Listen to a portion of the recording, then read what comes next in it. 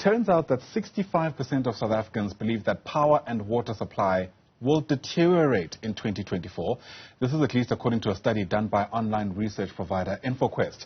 A group of citizens were asked about their expectations for the year ahead. The survey included different categories, including political outlook, issues around gender-based violence, and personal issues. So what exactly are the expectations of South Africans in the year 2024? Let's try and answer that question. Bring in Research Director at InfoQuest, Arnold Samuels, who's with us in our studio this Thursday morning. It's great to have you with us, sir. Thanks very much indeed for popping by. And there really is a tapestry of expectations across these different categories, which we'll speak about in a moment. First of all, how did you conduct the survey? Who did you speak to?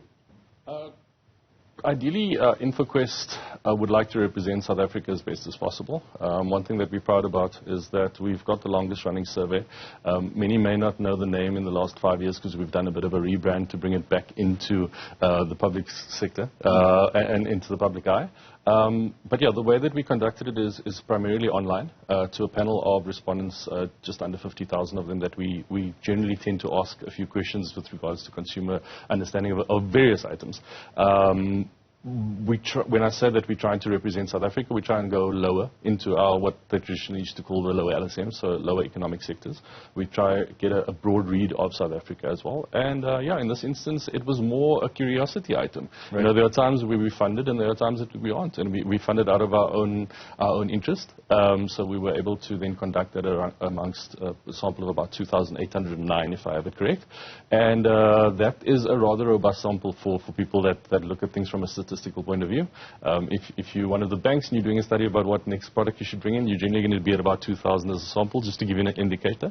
So we've got rather robust sample of a broad spread of South Africans. And we try and meet all demographic profiles so that we do get a good read on everyone. Right. And in just a moment, we'll be going through a number of graphs as we go through this piecemeal, so to speak. Yeah. But I wonder what the nature of the questions were, because at some stage you need to take the qualitative responsive and make them quantitative. Of course. And I'll try not to do too many shameless plugs, but one thing we really do successfully is make sure that we take whatever the research speak is and translate it into a way that consumers across the country can understand it quite well, because a bad question begets a bad answer. Right. So just for our viewers to understand, we had a ranking from certain to certain, and in between it was certain things would get better, hopeful things would get better, then unsure, and then fearful it would get worse, and then certain it would get worse. So it was a ranking of not just yes or no, which then kind of gives you a bit of a false answer. We allowed people to endorse where they felt they fell on a wide spectrum of things. And this ranged, I know we're going to touch on a couple of hot topics, right, but it was everywhere from the economy, crime, gender-based violence, the hot topic items that tend to go across a whole year as opposed to a media cycle. And yeah, we touched on quite a few things, but out of a curious perspective. And then maybe just to explain one more thing, we did that for the country, so a more macro type of environment. And then we also looked into your own personal life. So how did you feel about the state of your marriage, the state of your lifestyle? Are you able to afford the lifestyle that you currently have? Will you be able to maintain your leisure time? So we looked at that. And then finally, we just wanted to get a read on what was happening somewhere between micro and macro. Were you affected by crime? Did you lose your job? Did you get married? Was there birth in the family? So things that really touched a wide range of items in people's lives, but all born out of curiosity. Yeah, I can imagine. And it's all so insightful. Since you mentioned the kind of personal introspection that's taken place, perhaps let's kick things off there. We'll try to bring up a graph that represents some of the sentiments that have been shared with you. I'm more interested in some of the other questions that you've been able to ask about people's lifestyles. You mentioned marriage issues, and job security also featured there. Well, it's quite interesting. So when we look at the macro, people are fearful about jobs in the country at large, so the economy and things of that nature. But when asked for themselves, we were pleasantly surprised how positive people were with relation to their particular life. Hopeful for their marriage, hopeful for their family, hopeful for their job security, hopeful for their lifestyle. So that was great. But yeah, there is a different view in terms of, for me, I'm okay. But for the country, as we say, I'm not so sure. Yeah, interesting, because of course how things pan out for you typically is a function of how the country performs. So, but our country is rather resilient, isn't it? And the people so too. And I think we tend to have that positive outlook and a positive spin. Right. And I think we've been through this before. I think we've been through load shedding. We've been through job losses. We've been through major auto manufacturers threatening to leave or return or come back or whatever it may be. We've been through all of that. And I think people tend to now say, well, knowing the patterns, I think I'm going to be okay. I think my family's going to be okay. I've taken certain things into cognizance and to make sure that that's okay. Absolutely. So I like the hopefulness of it. Yeah, absolutely.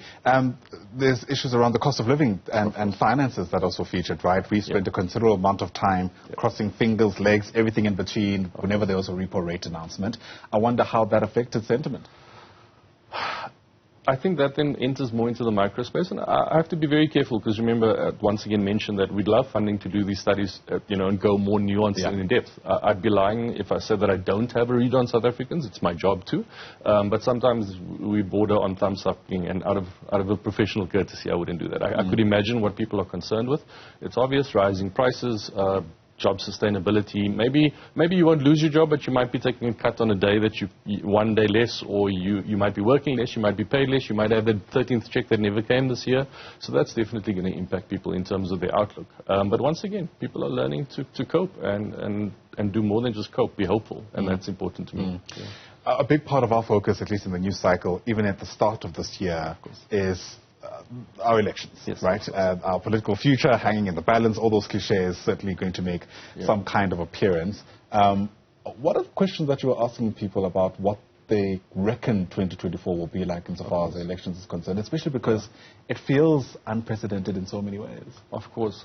So remember, good research does not prompt or bias. So there was no focus on politics in this survey. It was, these are the range of items. Do you feel fearful, certain that it's bad, or hopeful, or certain that it's going to be good? And we put an entire list out there, and we even randomized at the time. Good research, so that nothing comes to the forefront, and people tell us honestly. And even how we grouped it when we did our press release. That's just how the data fell out. So when you ask me on a political front, even the three things that we categorize, leadership, the political landscape, health of our democracy, corruption, those are the things that came to the fore for us. It was only our level of analysis. I encourage others to download these reports and interrogate it and comment and ask us a few questions. Let's engage the conversation. But in that instance, without straying on commenting on different parties, I think South Africans are clear. They're fearful of our leadership, and I want to be clear that when we speak about the percentage that you keep putting on the scoreboard there, it's fearful that it will get worse or certain it will get worse, and it's a combination of those two variables. So your leadership at 54%, that's more than half of the people fearing or certain it will get worse. That our democracy and the health of our democracy will decline, that's 52% of our people saying it will get worse. But I have to be remiss of me not to mention this. Corruption is a hot button item. Half of our population, according to our survey, feels that it will certainly get worse. Not certain and fearful, certain. 73% of people feel it will get fearful or certain. So that means 1 in 4 people still believe in the fact that corruption will turn around in this country. And that speaks a lot to what political parties should be focusing on. What should they be increasing? And look, it would be unfair on me to kind of frame it as just political. The top 3 items here, the hot button items of corruption, power supply, and safety and security. Which is exactly where I was hoping. We all know that. We all know it's on table talk. Anywhere we go in the world, those are the things they're going to ask us about. It's definitely reflective of where South Africa is right now. Load shedding. I think it's very remiss of us not to speak about the impact that's had on South Africans' outlook, especially because, there were all kinds of political statements, as it were, being made about load shedding being sort of sorted out by December. That's not the case, because here we are sitting in stages 3 and 4 in some respects. Is there optimism about that getting better in 2024, at least from South Africans' perspective? So, no. But reality is that South Africans live a very dichotomous break in society. There are those that have to invest in this country, that have to spend money in taking this country forward. And they have a slightly more bullish view because they understand when they start seeing solar coming in and power generation coming in as a major factor and contributor to our economy. Whereas South Africans only see the light bulb off or the fridge not working and the food going off. So there's a very disrupted view there. I know you've framed it as 65% power. It's actually 65% power and 43% water. So water is not as big a concern for South Africans. What I would imagine if I were to read and future read based on what I know from the economy and all of that, power is going to become less and less of an issue, given the fact that we now have alternative generation and that's going to scale up. Water, I'm not particularly hopeful in terms of what I've seen, what I've been informed of, and I think South Africans are somewhat under-informed on that topic because it's not something that has been brought to their attention as yet. With all this main flooding, with things like infrastructure that's been deteriorating over time, and we may potentially follow the same course that we've done with electricity over time. So I think South Africans potentially are a little bit under-informed of the actual potential state. And that's where we might see these figures represent. I think power's overrepresented, and I think water's underrepresented, but not to a massive degree. I think it's fair the way that it's currently stated. Yeah, out of sight, out of mind, some people might say. I'm interested to find out, because there was also, questions and commentary around social cohesion prospects, right? That's been a massive thing, especially from the official government speeches we've been able to listen to. I can almost guarantee someone somewhere is going to speak about social cohesion as we get into the new year. But depending on who you ask, it almost feels like a bit of an elusive concept, right? What were you able to find? We were pleasantly surprised. Once again, I think, this is a South African company. Let me speak plainly. I'm from South Africa. We're hopeful. We're patriotic. So to understand that even the younger generation feels better about social cohesion, that they feel that things are, if nothing else, we as South Africans will keep on getting together and being hopeful about our country. I can see that in day-to-day observation, and it really was a nice thing to come out of the survey. As we said, we're curious, and when the data reflects certain things that give us hope, we are able to extend that hope to the rest of the country. So there's no certainty politically, there's no certainty with power and all of these things, but what people do know is that they would like to reach across the table and say, well, let's form a way of getting to know each other a bit better. There's that sense of it. I think politics, which is a bit sad in the next few months, is going to strive more to divide so that we can get into our camps and all of that kind of thing, if you ask me personally. But right now, as at the end of the year, people were feeling, let me reach out. I'm happy to meet you halfway. And that was a big number. It was quite high. We didn't expect that. Yeah, absolutely. I mean, that's kind of the story that we've told the rest of the world, right? This rainbow nation, this miracle that is our democracy. And apparently it's not a lie. We all believe it. Sure.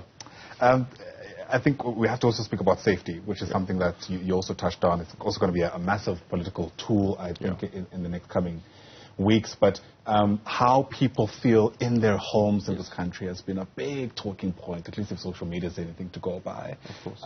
And depending again who you speak to, there's been a relative amount of pessimism, people being disillusioned, of course, about whether or not we'll be able to keep safe even in our homes, given the stats in this country. Well, I think the data's been clear. Our people don't feel safe. Yeah. They do not feel hopeful that it will improve. Actually, they think it's going to get worse. I think we all know that that's based off certain things that we see. The scary thing is that the commentary then, remember all our data is interlinked. So in one of the items, safety and security does not work independent of leadership and the trust in leadership. And that speaks highly when those two things are very highly correlated. You get the sense that people are saying, well, we need our leadership to take this item seriously. And if in absence of them not doing so, and we're not having faith in them to do so, we don't feel that these items will be addressed. So sadly, yes, gender-based violence, the fact that the women and women and children specifically in our country are not safe. It's unfortunately a harsh reality of being in this beautiful, optimistic country that wants to be together. And I think that our political parties have to recognize that they are doing us a disservice by not addressing certain key issues. I'm not mentioning any one political party. I think it's a ubiquitous problem that if we were to come across the table, we could solve.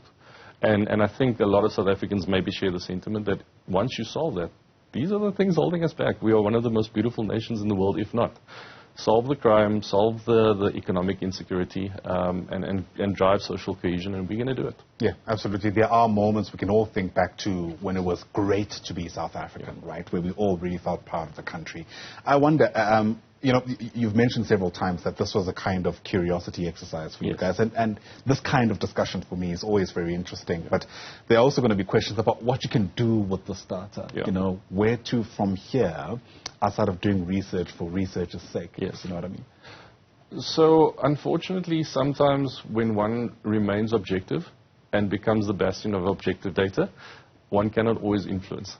You have to choose either one of the divide. Our job and our responsibility, and interestingly enough, for anybody that would like to reach out to us, InfoQuest is part of a merger of 3 different organizations. One that looks at online paneling, one that looks at research, and one looks at quality of data. And one of the research company is called Curiouser. We are extremely curious, and we feel it our duty to ask the right questions, and then to ensure that the data is integrous, and then start these conversations. That's our duty. Our duty is to ask the right questions, start the conversation, and then have people think and come with the solutions. We can pose suggestions. We gladly will do so, but I think there is a value in remaining objective and being able to be approached. I would imagine that I would love every single political party on the ballot to call us now and have a dialogue. But what about this?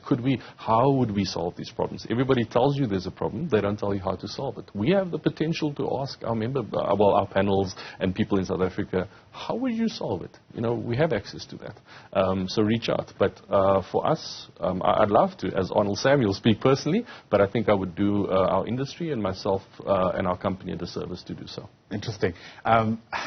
We all like to feel like we have an understanding of our issues, right? And so my next question might also be unfair, but I'll ask it anyway. Do you reckon that there is a kind of golden thread that runs through the kind of story that this data tells us, right? I mean, there's points where we're optimistic, points where, frankly, we aren't. Surprises around the corner in some instances. And in many ways, I think many of us want to still resonate with the idea of a South African story that emerges. Is there a picture that comes up for you when you kind of look at the start? So I've spoken about the curiosity. I've spoken about the data and the interplay of that data, and thank you. I really appreciate it. It's always appreciated when someone has looked at the data and you can see that they can see a golden thread. There definitely is. There is a story of South Africa in this data, and I think for a lot of us that's what makes us so sad, because literally any one of us could be put there, and these are the 3 things we would address immediately. You know, when you're at home and you have an issue of security, there are certain things you do. If you have an issue of energy insecurity, there are certain things you do. I think we're a little bit too basic in understanding of what's required at grand scale to do that for a population of what's now estimated at 60 million people. It becomes a bit harder, so let's be a bit fair when it comes to that. But the lack of clarity on how is it being addressed? Even the opposition, and I won't mention any specific names, but when we ask questions, we don't pose solutions. Have we considered this? Maybe tell your colleague, have you considered this? And then have them comment back, yes, we have, and this is how it's failed. And have a genuine dialogue. I think that's where it is. I think there is a political system that is completely disjointed and out of touch with the South African reality, and I think that's at their peril. If you do ask me, I think we're eventually going to become a multi-party setup for the political future, and that's going to give our people a lot more power. And I'm rather pleased about that, in the fact that, yes, there is a golden thread. We are a special country. We are hopeful. We want to engage in a positive way. We're just not given enough time to do that, and the times that it enters a national rhetoric, it's always divisive.